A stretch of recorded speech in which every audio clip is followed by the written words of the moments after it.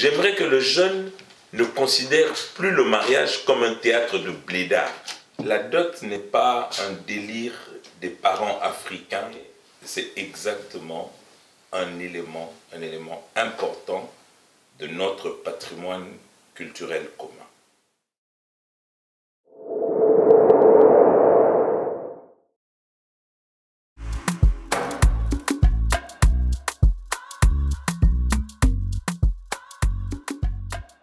Bonjour Max, 38 ans, donc je suis éducateur spécialisé. Donc concernant la dot, est-ce que je suis pour ou contre? J'ai vraiment un avis partagé, mitigé. Donc voilà. Je ne suis pas un académicien parce que je suis un des officiants. J'ai cette compétence-là d'officier dans les mariages coutumiers. C'est comment? C'est pas le cas.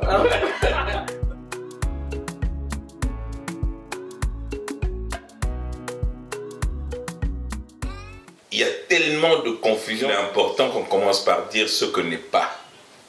La dot n'est pas un délire des parents africains, n'est pas une arnaque, ne s'inscrit pas dans une logique de profit malsain, d'exploitation d'une famille ou d'une personne par une autre famille.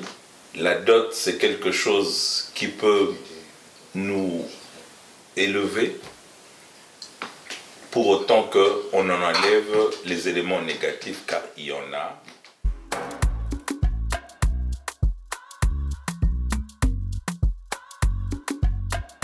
J'ai participé à plusieurs dots où j'ai vu des aberrations. La dernière fois, j'ai fait un mariage.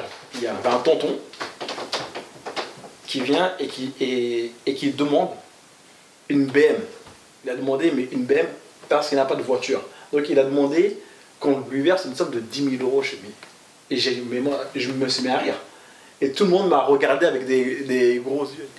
L'élément important dans le mariage coutumier et la dot, c'est que tout est symbole. Et quand on parle d'une voiture, ou même d'une caméra, ou même d'un appareil de téléphone, ou même d'un bijou, déjà on est dans l'exagération. On est dans l'erreur. Il faut savoir que le mariage coutumier africain est antérieur à l'introduction de l'argent comme élément d'échange dans les rapports humains.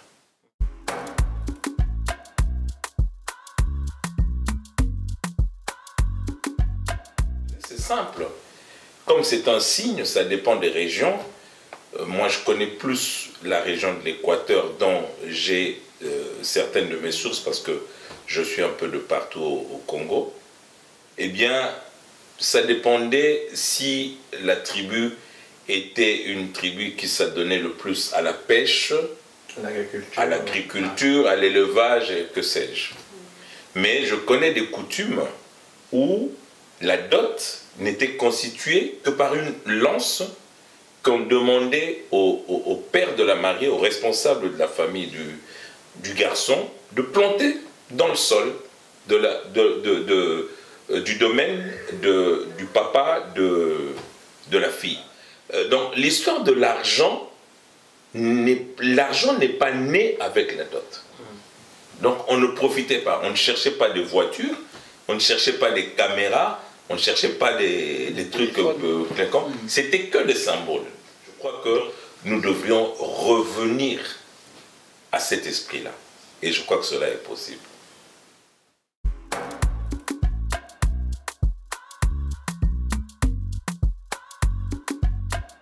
Nous avons, nous adultes, nous parents, nous avons envers votre génération un double devoir.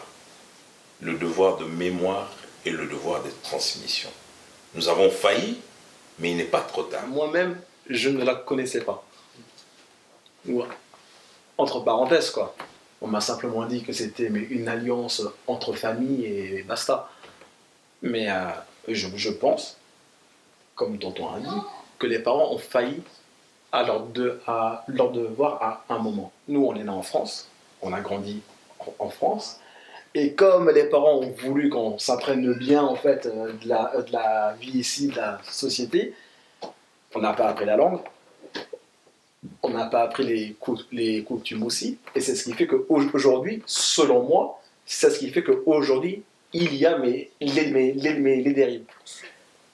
Tout le problème, c'est qui es-tu? Nous sommes arrivés en Europe et beaucoup d'entre nous ont pensé que la priorité, c'était d'européaniser les enfants et de s'européaniser eux-mêmes. Grosse erreur. Je connais des garçons, des filles qui ne piquent pas un mot d'aucune langue africaine. Il faut savoir rester ce qu'on est. C'est qu'à ce titre qu'on sera respecté. Quelqu'un qui ne sait pas qui il est, d'où il vient, ne pourra pas déterminer correctement où il va et comment y aller. Dans un contexte de métissage culturel, nous sommes, vous et nous, à des degrés divers, certes, des métis culturels.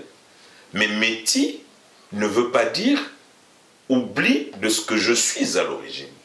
Mais il faut que les gens sachent, ah, si tu veux épouser une Congolaise, il faut être prêt au mariage coutumier. Charge à nous de l'épurer, de lui faire redonner ses lettres de noblesse, de revenir aux origines, c'est-à-dire au symbolisme de tout.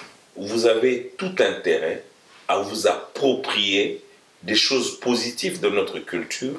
On m'a amené un jour le cas d'une fille congolaise qui allait se marier avec un garçon de l'Est de la France. Ce n'est pas la famille de la fille qui demandait le mariage coutumier, c'est la fille elle-même.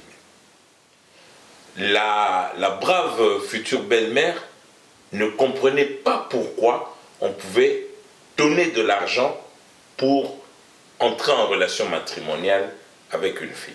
La fille a demandé à prendre la parole. Elle dit, écoutez, le mariage coutumier, c'est ma personnalité. C'est mon moi. Ce sera ça ou rien. Après cela, il n'y a plus de débat. C'est vraiment la vision, l'ambition que j'ai, le rêve que j'ai, et je sais qu'il se réalisera.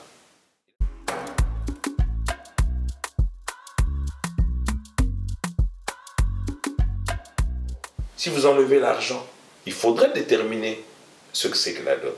Parce que, bon, je n'avais pas défini au départ. La dot n'est pas le mariage coutumier. On en parle abusivement. Les deux ne sont pas pareils. La dot est un élément du mariage coutumier. C'est la dot qui vient valider le mariage. Nous sommes dans un contexte où ce n'est pas un homme et une femme qui signent un contrat, c'est deux communautés familiales. Les rapports étaient différents suivant qu'on était en patriarcat ou en matriarcat. Tous ceux qui sont, on dit derrière mon papa, sont mes papas, similairement du côté de la maman. On a l'impression que c'est du racket. Moi, quand j'officie un mariage, je pose des conditions. Il faut que je vois votre liste, erronément appelée facture. Aujourd'hui, on voit dans des mariages, on vous demande 4 wax parce qu'il y avait la tante Y, elle a vécu avec la tante Z. Ce sont des exagérations. Il n'a qu'une seule maman. Même si elles sont 1000, c'est une seule entité. Moi, j'ai eu à affronter ce cas-là. J'ai marié ma fille. Mais comme ils ne sont pas de notre culture, c'est ça aussi les réflexions que nous devions avoir. J'ai demandé 2 billets de banque d'égale valeur.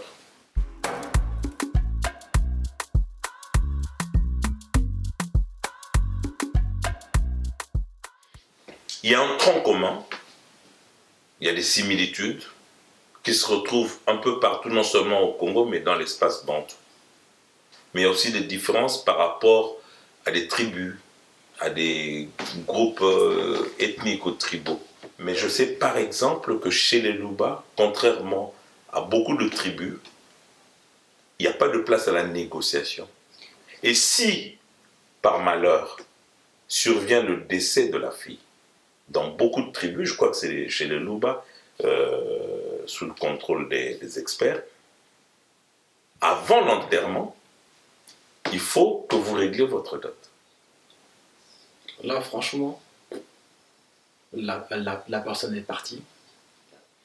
Vous avez contracté, c'est un contrat. Vous voulez qu'on vous envoie chez l'huissier? Ou bien vous réglez et puis vous êtes... On règle. Voilà. Ouais.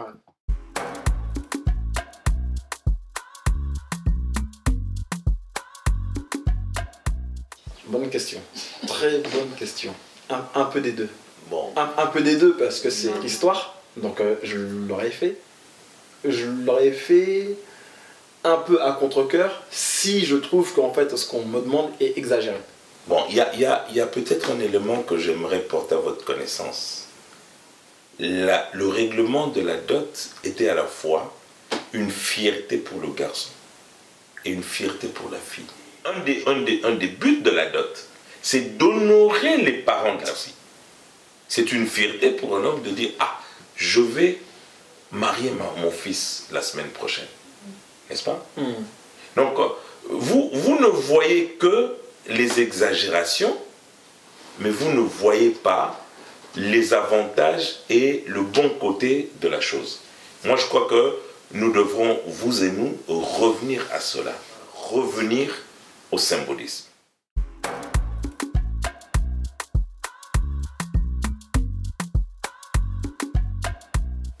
Ce n'est pas ça la démarche. Si votre papa demande 100 € à votre belle famille comme dot, où est le péché? Vous n'êtes pas obligé de prendre. Regardez les sociétés qui montent. Allez, parlons des Coréens, parlons des Indiens, parlons des Chinois. Qu'est-ce qu'ils ont changé dans leurs coutumes? C'est pour cela qu'ils s'avancent. Je caricature un peu. Vous avez une dot, vous la trouvez tellement mal famée, alors qu'elle a fait ses preuves pendant des siècles. Parce qu'elle ne s'adapte pas au monde présent. Et pourquoi le monde présent ne pourrait pas s'adapter à la dot africaine? À ce que vous êtes en fait. Maintenant, bon, on évolue, on est obligé. Maintenant, il y a un moment où à la présentation, il y a l'introduction de l'échange des bagues ou du don de la bague. Ça n'existait pas. Mais est-ce que ça dénature le mariage coutumier? Je ne pense pas.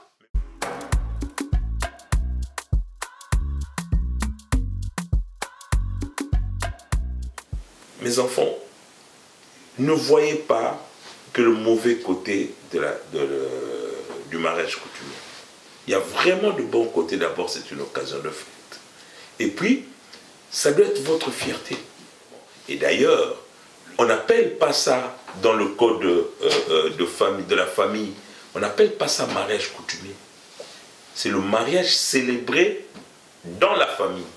Peut-être que toutes ces questions que nous nous posons, c'est parce qu'il s'appelle coutumier. On l'appelle coutumier aujourd'hui. Il a été baptisé comme coutumier par les Blancs. Sans doute aussi, mais ça je ne suis pas sûr, mais je suis persuadé, pour un peu le dénigrer par rapport au mariage qu'ils ont apporté. Si d'autres personnes ont dénigré notre mariage, qui va revaloriser le nôtre, sinon nous-mêmes?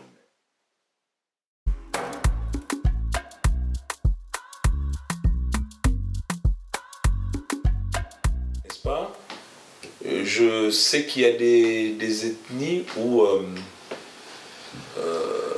on remet la dot, l'argent, pas les articles. Hein. Et donc, on délie sa fille de ce contrat, n'est-ce pas, dans l'Équateur. Quand la fille se remarie,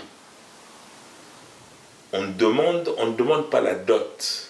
La dot qu'on perçoit servira à rembourser la dot de l'autre pour que la fille soit libre. Mais il y a des cas où on refuse de donner parce que finalement, quand ça s'est mal passé, quand la famille est un peu mécontente, elle dit « Mais attends, notre fille était sans enfant, tu lui as fait des enfants, maintenant tu veux encore reprendre l'argent. » Ça veut dire quoi ça? On prend ça pour le compte des enfants. Parce que ces enfants, ils ont eu ton nom. Demain, si j'ai une fille, il est fort probable que je la dote, ouais. Fort probable. Par conviction. Encore 2 interviews comme ça. Par conviction, mais je prendrai le temps de m'informer un petit peu plus, d'approfondir.